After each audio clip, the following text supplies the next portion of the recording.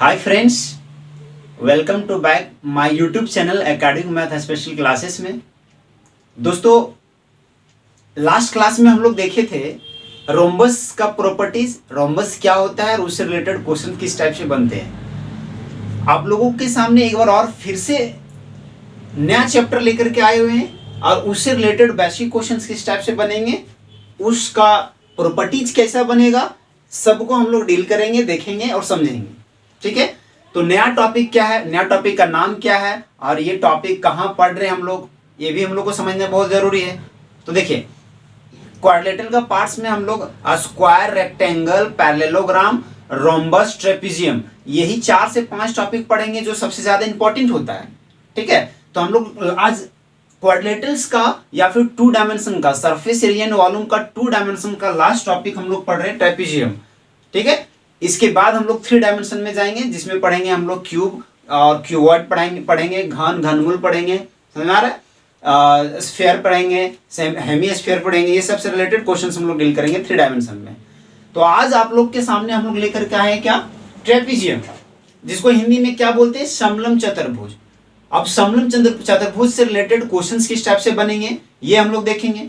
पहले इसका डेफिनेशन पढ़ते हैं, हम लोग समझते हैं क्या होता है डेफिनेशन समलम चतुर्भुज का। ठीक है, तो दोस्तों आप लोग समझिएगा, समलम चतुर्भुज वह आकृति होता है, समलम चतुर्भुज वह आकृति होता है जिसकी 2 आमने सामने की भुजा समांतर होती है। जिसकी 2 आमने सामने की भुजा क्या होती है, समांतर होती है। क्लियर? तो पहले हम लोग इसका ग्राफ बनाते हैं, ग्राफ में समझते हैं क्या 2 आमने सामने की भुजा किस तरह पैरेलल होगा। क्लियर? तो देखिए समझिएगा, यहां पे हम लोग को ट्रेपीजियम का जो ग्राफ बनेगा, देखिए हम लोग इस तरह से देखेंगे। ट्रेपीजियम का ग्राफ हम लोग इस टाइप से देखेंगे। ठीक है, अब इसमें बोला गया क्या कि ट्रेपीजियम समलम चतुर्भुज किसे कहते हैं, कि वह आकृति जिसकी 2 आमने सामने की भुजा बराबर हो, 2 आमने सामने की भुजा बराबर हो। देखिएगा, यहां से लेकर के यहां तक ये मानते हैं। ठीक है, चलिए इसका a मीटर लेंथ है, अब इसका b मीटर मान लेते हैं। समझ में आ रहा है? अब ये के सामने b मीटर है, ये के सामने b मीटर है, तो इसका आमने सामने की भुजा हुआ, साइड हुआ, तो ये आमने सामने की भुजा क्या होगा, पैरेलल होगा। अगर इसका लेंथ ये माने, इसका लेंथ b माने, चलिए इसको c मान लेते हैं और इसको d मान लेते हैं। समझ आया? लेकिन पैरेलल समांतर जो होगा वो सिर्फ 2 ही साइड्स होगा आपस में। समझ आ रहा है? मतलब वह आकृति जिसकी 2 आमने सामने की भुजा पैरेलल हो या फिर समांतर हो, उसे वह आकृति को क्या बोलेंगे हम लोग, समलम चतुर्भुज बोलेंगे। इसमें एक हाइट भी होता है। देखिए हाइट यहां होगा, इसमें ई मानते हैं। ठीक है, यह हाइट हो गया। समझ आ रहा है? हाइट के बाद इसका डायगोनल भी तो होगा। चलिए डायगोनल खींचते हैं यहां पे। ये हो गया डायगोनल जो आपस में वो पर क्या करता है, इंटरसेक्ट करता है। रोम्बस में क्या पढ़े थे आप लोग, रिकॉल कीजिए। रोम्बस में हम क्या पढ़े थे कि वह आकृति जिसकी विकर्ण आपस में जहां कट करेगी वहां 90 डिग्री का एंगल बनाएगा। लेकिन यहां पे वैसा कोई कंडीशन नहीं है। ट्रेपीजियम में 90 डिग्री का एंगल यहां, जहां पे डायगोनल विकर्ण आपस में इंटरसेक्ट करेगी तो 90 डिग्री का एंगल नहीं बनाएगी। समझ आ रहा है? तो इसको हम लोग D1 मानते हैं और इसको D2 मानते हैं। तो ये फिगर रेडी हो गया हम लोग का ट्रेपीजियम का। क्लियर? समझ आ रहा है? तो इसका जो ट्रेपीजियम का फिगर रेडी हुआ, तो इससे रिलेटेड हम लोग का प्रॉपर्टीज क्या बना, प्रॉपर्टीज क्या बना, तो यहां देखते हैं हम लोग प्रॉपर्टीज को। देखिएगा यहां पे साइड क्या हो गया हम लोग का, AB जो होगा वो पैरेलल होगा CD के बराबर। AB जो पैरेलल होगा वो CD के बराबर पैरेलल होगा। तो ये हम लोग का क्या है, एक साइड बन गया। लेकिन यहाँ पे अगर मान लेते हैं कि ये दोनों साइड अगर पैरेलल दिया हुआ है, इसलिए यहाँ पे पैरेलल लिख दिए, लेकिन साइड तो हम लोग का BC और AD भी तो है, लेकिन वो पैरेलल नहीं है। तो BC एंड AD ये हम लोग का क्या हो गया, ये साइड हो गया। पैरेलल हम लोग का यही दोनों साइड आपस में होगा। समझ आ रहा है? अब समझिएगा, ये भी तो साइड हो गया हम लोग का। थर्ड प्रॉपर्टीज क्या बनता है हम लोग का, देखिएगा AC जो होगा, AC एंड BD जो होगा, AC और BD जो होगा ये हम लोग का डायगोनल हो जाएगा, जिसको हिंदी में विकर्ण बोलते हैं। अभी हिंदी में भी लिख देंगे हम। और A और E जो होगा हम लोग का, A और E जो होगा हम लोग का, ये परपेंडिकुलर है। ये E परपेंडिकुलर, समझिएगा थोड़ा, ये E परपेंडिकुलर DC या तो CD, तो ये हम लोग का हाइट हो गया, जिसको हिंदी में ऊंचाई बोलते हैं हम लोग। समझ आ रहा है? तो देखिए ये साइड को क्या बोलेंगे हम लोग, भुजा बोलेंगे हिंदी में, ये भी भुजा होगा। डायगोनल को विकर्ण बोलेंगे। समझ में आ रहा है? हाइट को तो ऊंचाई बोलते हैं, ये तो आप लोग को समझ में आ रहा होगा। क्लियर? तो ये डायगोनल का प्रॉपर्टीज बना है ना। लेकिन डायगोनल आपस में क्या होगा, देखिए डायगोनल यहाँ पे है ना AC एंड BD, तो यहाँ पे क्या लिख सकते हैं, AC not equal to BD, मतलब आपस में दोनों बराबर नहीं होगा। समझ आ रहा है? तो यहां तक आप लोग को आशा करता हूं कि बहुत अच्छी तरह से समझ में आ गया होगा। और ये हम लोग का क्या बना, ये हम लोग का प्रॉपर्टीज बन गया। समझ आया? अब इसका फॉर्मूला देखते हैं हम लोग। चलिए यहां देखते हैं इसका फॉर्मूला, कि फॉर्मूला किस तरह बनता है इसका, ट्रेपीजियम का, समलंब चतुर्भुज का फॉर्मूला है ना। तो फॉर्मूला किस तरह बनेगा, सेकंड में देखेंगे फॉर्मूलाज। तो फर्स्ट में बनेगा area of trapezium. Area of trapezium क्या होता है, तो एरिया ऑफ ट्रेपीजियम होता है 1/2। अब साइड का देखिएगा, जो साइड पैरेलल रहेगा, जैसे ये और बी हम लोग का पैरेलल साइड्स है, तो ये पैरेलल साइड्स को यहाँ पे A + B ऐड कर दीजिएगा और इंटू कर दीजिएगा हाइट से, तो ये एरिया का फॉर्मूला हो गया। समझ आ रहा है? एरिया ऑफ ट्रेपीजियम मतलब समलंब चतुर्भुज का क्षेत्रफल बराबर क्या होगा, तो दोनों साइड जो पैरेलल होगा वो पैरेलल साइड को ऐड कर दीजिएगा और हाफ करके इसका हाइट से इंटू कर दीजिएगा, तो इसका जो कैलकुलेशन करके आंसर आएगा वही ट्रेपीजियम का हम लोग का एरिया निकल जाएगा। क्लियर? देखिएगा सेकेंड फॉर्मूला क्या बनता है, पेरीमीटर ऑफ ट्रेपीजियम। तो पेरीमीटर क्या होता है, हर एक वीडियो में बताए हैं आप लोग को। एरिया क्या होता है, मल्टीपल ऑफ ऑल इनसाइड, लेकिन पेरीमीटर क्या होता है, सम ऑफ ऑल आउटसाइड्स। अब देखिएगा क्या होगा, AB BC CD और DA का लेंथ क्या दिया हुआ है, तो यहां ये दिया हुआ है A + B + C + D, तो यही हम लोग का हो गया पेरीमीटर। समझ आया? ये क्या निकल गया, पेरीमीटर। लेकिन एक बात ध्यान दीजिएगा, यहां पे इसका जो एक और इंपॉर्टेंट फॉर्मूला बनता है वो बनता है थर्ड फॉर्मूला। क्या देखिएगा कि इसका डायगोनल जो है ना, वो डायगोनल 1 का स्क्वायर और प्लस कर देंगे डायगोनल 2 का स्क्वायर, तो यहां पे ये किसके बराबर होगा, जो साइड पैरेलल नहीं है। जैसे C का स्क्वायर, देखिए C का स्क्वायर + D का स्क्वायर, दोनों को सम कर देंगे, है ना। उसके बाद यहां पे प्लस कर देंगे 2 जो पैरेलल है हम लोग का AB। देखिएगा समझिएगा, ये लेंथ जो पैरेलल है और B लेंथ जो पैरेलल है, तो ये होता है क्या, डायगोनल मींस विकर्ण का, दोनों विकर्ण का स्क्वायर का सम के बराबर होता है। समझ आया? 4 में इसका 4 प्रॉपर्टीज क्या बना, हम डायगोनल का क्या बताए थे, डायगोनल में यही ना बताए थे कि डायगोनल आपस में ये दोनों क्या होता है, बताइए, इक्वल नहीं होता है।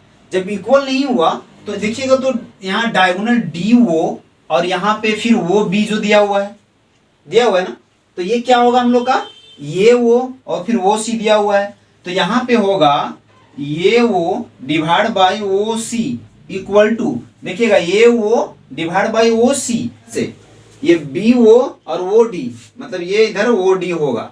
अब क्लियर यहाँ पे क्या समझ में आ रहा है हम लोग को, यहाँ पे OD अगर हो गया तो ये वो और OC, BO और OD दोनों आपस में अगर डिवाइड कर देंगे तो ये इक्वल होगा पैरेलल साइड का, मतलब AB और CD, मतलब AB डिवाइड बाई CD, ये दोनों आपस में क्या होगा, इक्वल होगा। कभी भी हम लोग का जब ट्रेपेजियम का लेंथ दिया हुआ रहता है ना डायगोनल का, तो बोल देता है क्या कि डी वो कुछ दिया हुआ है, वो भी कुछ दिया हुआ है ना, और फिर ये भी कुछ दिया, ये वो कुछ दिया हुआ है और वो सी कुछ नहीं दिया हुआ है, लेकिन दोनों साइड का लेंथ दिया हुआ रहेगा। तो इसमें से देख लीजिएगा जिसका लेंथ दिया हुआ रहेगा ये फॉर्मूला में पुट कर दीजिएगा आप लोग, और उसको पुट करके आप लोग निकाल दीजिएगा। तो जो आएगा ना वो हम लोग का आंसर निकलेगा क्या, जो हम लोग का साइड नहीं दिया हुआ रहेगा। ठीक है, हम क्वेश्चंस करवाएंगे अभी, है ना, लेकिन पहले इसका स्क्रीनशॉट या फिर जो भी कुछ आप लोग को लेना है आप लोग ले सकते हैं इससे, क्योंकि ये बहुत बड़ा फॉर्मूला है हम लोग का एग्जाम के अकॉर्डिंग। समझ में आ रहा है, या फिर समझने के अकॉर्डिंग।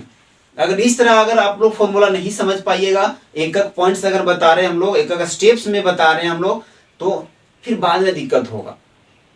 ठीक है, तो इसीलिए थोड़ा सा आप लोग गौर से देखिए, समझिए किस टाइप से ट्रेपेजियम का प्रॉपर्टीज बन रहा है, और एक एक प्रॉपर्टीज हम लिख रहे हैं और फॉर्मूला भी लिख रहे हैं, है ना। अभी जितना फॉर्मूला बताए हम उससे रिलेटेड हम क्वेश्चंस भी करवाएंगे आप लोगों को। फॉर्मूला वैसा ही रखेंगे, यहाँ पे सिर्फ क्या करेंगे, क्वेश्चंस लिखेंगे नहीं, क्वेश्चंस में हम बता देंगे क्या कि अगर ये फॉर्मूला में ये और बी का जरूरत पड़ेगा, हाइट का जरूरत पड़ेगा, तो ये और बी और हाइट हम लोग का अगर दिया हुआ रहेगा तो इसका एरिया निकल जाएगा। समझ आ रहा है। तो चलिए हम लोग देखते हैं क्या कि फॉर्मूला के अकॉर्डिंग इसका एरिया कैसे निकालेंगे, पेरीमीटर कैसे निकालेंगे, और ये सब जो फॉर्मूला दिया हुआ है इसमें हम लोग का इक्वल कैसे करेंगे। समझ आया। तो हम लोग 3 से 4 क्वेश्चंस देखेंगे अभी, और पूरा डीपली देखेंगे और अच्छा से देखेंगे। ठीक है, तो बने रहिएगा आप लोग। हाँ, लेकिन आप लोग को सपोर्ट बहुत जरूरी है। सपोर्ट आप लोग नहीं करते हैं, वीडियो को शेयर नहीं करते हैं, जो बच्चों लोग को जरूरत है इस टाइप का वीडियो का, वो बच्चों तक आप लोग पहुंचाने का प्रयास नहीं कर रहे। तो अगर आप लोग को मेरा वीडियो अगर थोड़ा सा भी अच्छा लग रहा होगा तो आप लोग शेयर करने का प्रयास जरूर कीजिएगा। शेयर कीजिएगा तो उसी में मेरा बहुत भलाई होगा, या फिर आप लोग को भी बहुत भलाई होगा। अगर आपके माध्यम से किसी को क्या हो रहा है, प्रॉफिट हो रहा है, या फिर कहीं अच्छे जगह पे पहुंच रहे हैं, तो अच्छी बात है ना। चलिए तो देखते हैं हम लोग क्या क्वेश्चन क्या दिया हुआ है कि इन अ ट्रेपेजियम, देखिएगा एक समलंब चतुर्भुज है, इसका क्या दिया हुआ है, if A B parallel C D, मतलब ए बी और पैरेलल सी डी, ये यहाँ पे पैरेलल है, दोनों साइड पैरेलल है, and A B equal to 10 meter, means A B का लेंथ 10 मीटर दिया हुआ है, उसके बाद सी डी का 20 मीटर, सी डी का हम लोग का 20 मीटर दिया हुआ है, और एंड हाइट इज 50 मीटर, ये 50 मीटर है। ठीक है, तो 50 मीटर अगर मान लीजिए दिया हुआ हम लोग का हाइट, तो हाइट 50 मीटर हो गया। अब निकालने क्या बोला है, then find the area of trapezium, मतलब समलंब चतुर्भुज का क्षेत्रफल क्या होगा। तो हम फॉर्मूला क्या बताए थे, area of the trapezium 1/2 a + b sum of the parallel sides into height, यही बताए थे। तो देखिएगा यहाँ फॉर्मूला लगाते हैं हम लोग और सॉल्व करते हैं। ठीक है, तो फॉर्मूला क्या लगाएंगे, area of trapezium equal to 1/2 sum of parallel sides, मतलब ये और बी हम लोग का पैरेलल है, इनटू हाइट कर देंगे। तो ये का वैल्यू क्या दिया हुआ है, देखिएगा यहां से यहां तक हम लोग ये माने थे ना, तो ये का वैल्यू हम लोग का क्या हो गया 10, ये का वैल्यू हम लोग का 10 मीटर और बी का वैल्यू हम लोग का 20 मीटर। कहीं भी मान सकते हैं, हम ये इधर माने थे और बी उधर माने थे, तो इसको हम लोग कहीं भी मान सकते हैं, कोई दिक्कत नहीं है। लेकिन हम जहां माने थे, देखिएगा यहाँ पे ए इधर माने थे, बी उधर माने थे, तो ये इक्वल टू क्या हो गया 20 मीटर, और b इक्वल टू हो गया हम लोग का 10 मीटर, और h इक्वल टू हम लोग का 50 मीटर हो गया।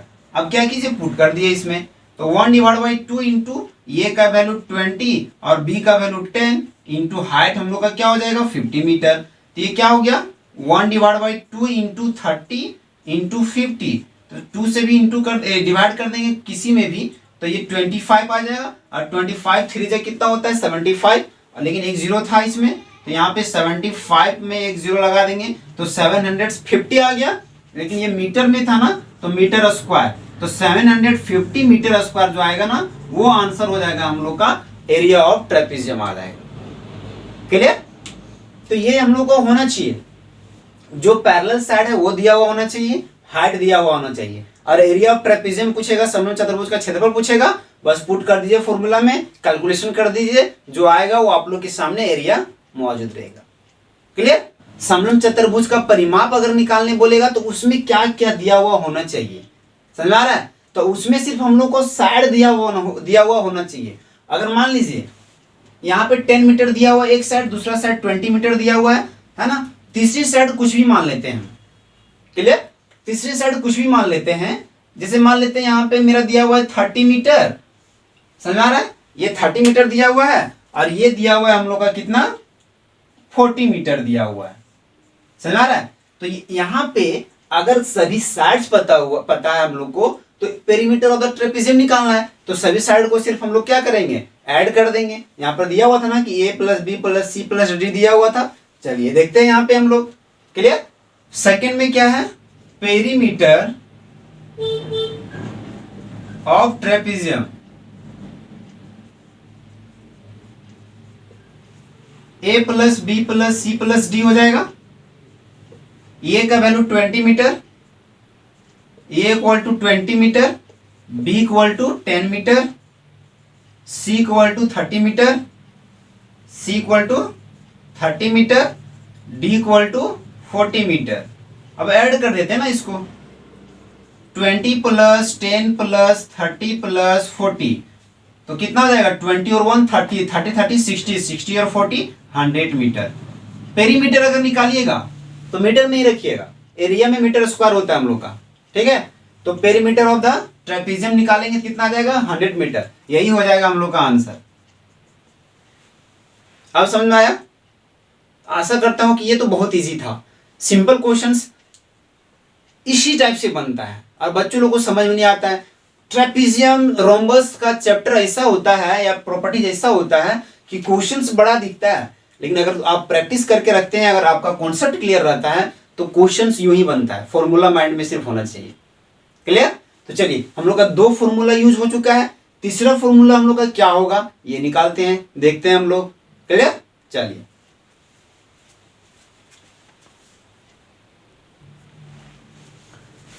हाँ, तो दोस्तों हम लोग क्या करेंगे, अब देखेंगे क्या कि थर्ड फॉर्मूला हम लोग का यूज कहाँ होता है, ठीक है। तो कभी भी समलम चतुर्भुज में डायगोनल 1 दिया हुआ है, डायगोनल 2 दिया हुआ है और पैरेलल साइड्स हम लोग का कौन सा है, देखिएगा ये पैरेलल साइड्स है, ये दोनों हम लोग का पैरेलल साइड है, और नॉन पैरेलल साइड्स हम लोग का कौन सा है, ये दोनों। तो इसको हम लोग क्या माने थे, इसको ये माने थे, ये मीटर माने थे, इसको बी मीटर माने थे, इसको सी मीटर माने थे और इसको डी मीटर माने थे, समझ आ रहा है। तो देखिएगा कभी भी समलम चतुर्भुज में अगर डायगोनल दोनों दिया हुआ है, ठीक है, पैरेलल साइड्स अगर दिया हुआ है और नॉन पैरेलल साइड्स भी अगर कोई दोनों दिया हुआ है, तो इसका मतलब यही है कि क्वेश्चंस में कहीं ना कहीं या तो डायगोनल 1 नहीं दिया हुआ है या तो डायगोनल 2 दिया हुआ नहीं रहेगा, या तो हम लोग का पैरेलल साइड्स में एक पैरेलल साइड दिया हुआ रहेगा, या तो पैरेलल साइड सेकंड नहीं दिया हुआ रहेगा, या तो नॉन पैरेलल साइड्स 1 दिया हुआ रहेगा तो second time non parallel sides नहीं दिया हुआ रहेगा। मतलब कोई ना कोई एक साइड्स मिस रहेगा। बस उसी को सिर्फ सॉल्व करने के लिए ये फॉर्मूला का यूज करते हैं हम लोग।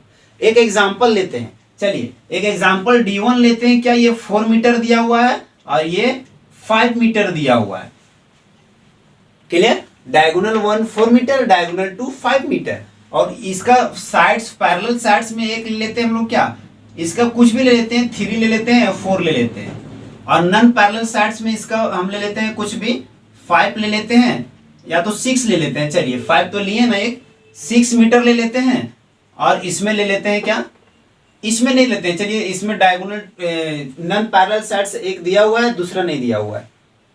मतलब यहाँ पे हम लोग को BC निकालना है। अगर C दिया हुआ है तो D नहीं दिया हुआ है, D निकालना है। कैसे हम लोग निकालेंगे, तो बस यही फॉर्मूला पे पुट कर देना है। पुट करना है क्या, D1 का होल स्क्वायर प्लस D2 का whole square equal to C square plus D square plus 2 parallel sides का मल्टीपल। समझ आ रहा है, पैरेलल साइड्स का मल्टीपल, ये इंटू B हो जाएगा हम लोग का। तो D1 कितना दिया हुआ था 4 मीटर, तो 4 मीटर का स्क्वायर 4 का स्क्वायर, और उसके बाद D2 5 का स्क्वायर इक्वल टू C का कितना वैल्यू दिया था 6 का स्क्वायर प्लस D का वैल्यू हम लोग का नहीं दिया हुआ है, मतलब D का स्क्वायर रहने देते हैं, प्लस 2 पैरेलल साइड्स का मल्टीपल 3 मीटर और 4 मीटर, तो 3 इंटू 4 कर देते हैं। अब देखिए इसमें D स्क्वायर नहीं दिया हुआ है, तो ये क्या हो गया 16 plus 25 equal to 36 plus D square plus 4 3 जा 12, 12 को 2 से इंटू करेंगे तो 24 होगा।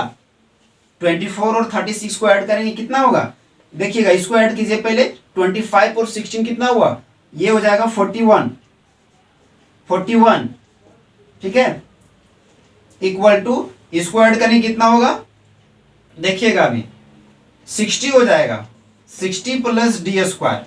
अब इसको इधर ले आते हैं तो उसको उधर लेकर के जाते हैं, समझ आ रहा है, डी स्क्वायर को उधर रखेंगे तो 41 माइनस 60 हो जाएगा इधर, इक्वल टू डी स्क्वायर हो जाएगा। यहां तक समझ में आया। अब देखिए इसका वैल्यू हम क्या लिए थे, इसका वैल्यू खुद से लिए थे।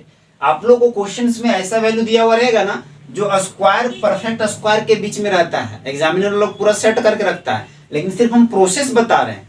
अगर मान लेते हैं इसको माइनस कर देंगे तो माइनस करने के बाद 19 बचेगा, तो यहाँ पे D square equal to minus 19 बचेगा, है ना। तो डी का वैल्यू क्या हो जाएगा, स्क्वायर रूट माइनस 19 होगा, तो यही हम लोग का क्या हो जाएगा, डी का वैल्यू निकल जाएगा स्क्वायर रूट माइनस 19।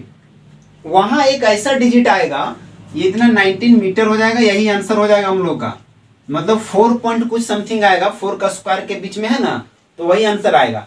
तो इस तरह हम लोग इस फॉर्मूला को थर्ड को यूज करेंगे। तो कभी भी हम लोग जब ट्रेपीजियम में समलंब चतुर्भुज में प्रॉपर्टीज देखेंगे या बनाएंगे तो हम लोग का इसी तरह से फॉर्मूला यूज करके, कौन सा फॉर्मूला कहाँ यूज करना है वो ध्यान में रख करके हम लोग पूरा क्लियर करेंगे। समझ में आया। तो आशा करता हूं कि ये भी आप लोग को बहुत अच्छी तरह से समझ में आया होगा। अगर नहीं आया होगा तो आप लोग फिर से पीछे करके देख सकते हैं। क्लियर। अब ये वाला जो लास्ट का फॉर्मूला बचा हुआ है, इसमें आप लोग खुद से समझ सकते हैं कि अगर मान लीजिए यहाँ पे वो है, समझ आ रहा है, चलिए वो भी यही 5 मीटर दिया हुआ है, ये वो हम लोग को दिया हुआ है 4 मीटर, इसमें कुछ ले लेते हैं हम लोग 6 मीटर ले लेते हैं। यहां से डी वो हम लोग को नहीं पता, डी वो नहीं पता, तो हम लोग ये फॉर्मूला को कैसे यूज करेंगे, समझ आ रहा है। तो देखिए यहाँ पे ध्यान दीजिए,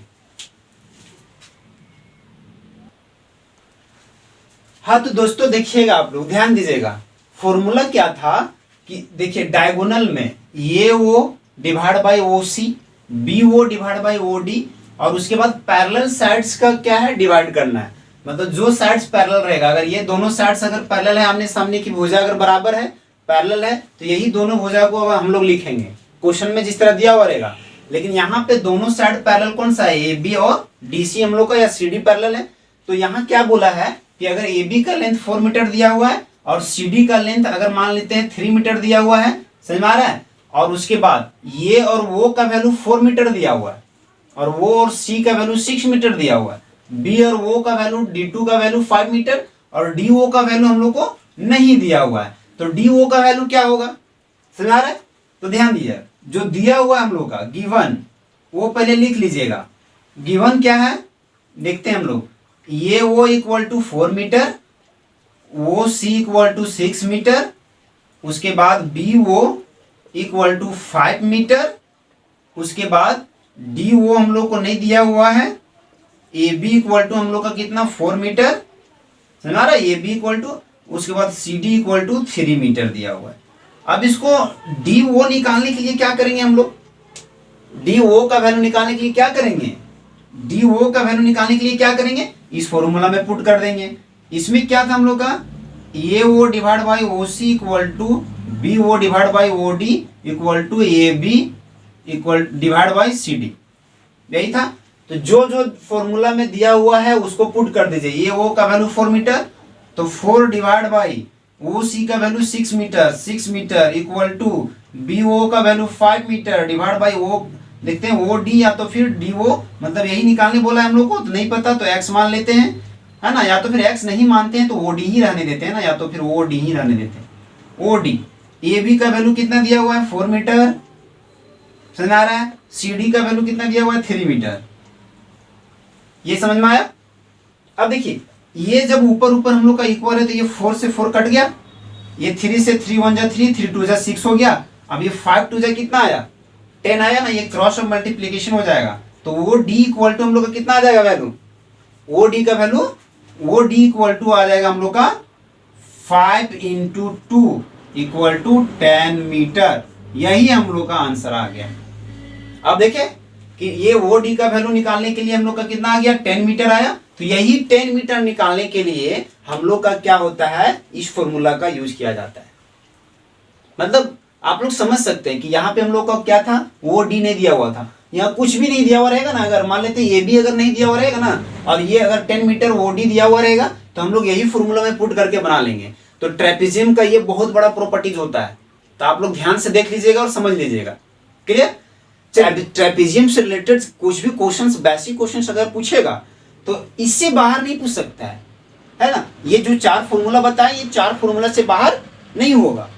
क्लियर? तो आप लोग प्रैक्टिस कीजिए, और इस वीडियो को देखने के बाद आप लोग को थोड़ा सा भी अगर अच्छा लगा होगा तो प्लीज सब्सक्राइब करके, लाइक करके शेयर जरूर कीजिएगा। जय हिंद, जय भारत।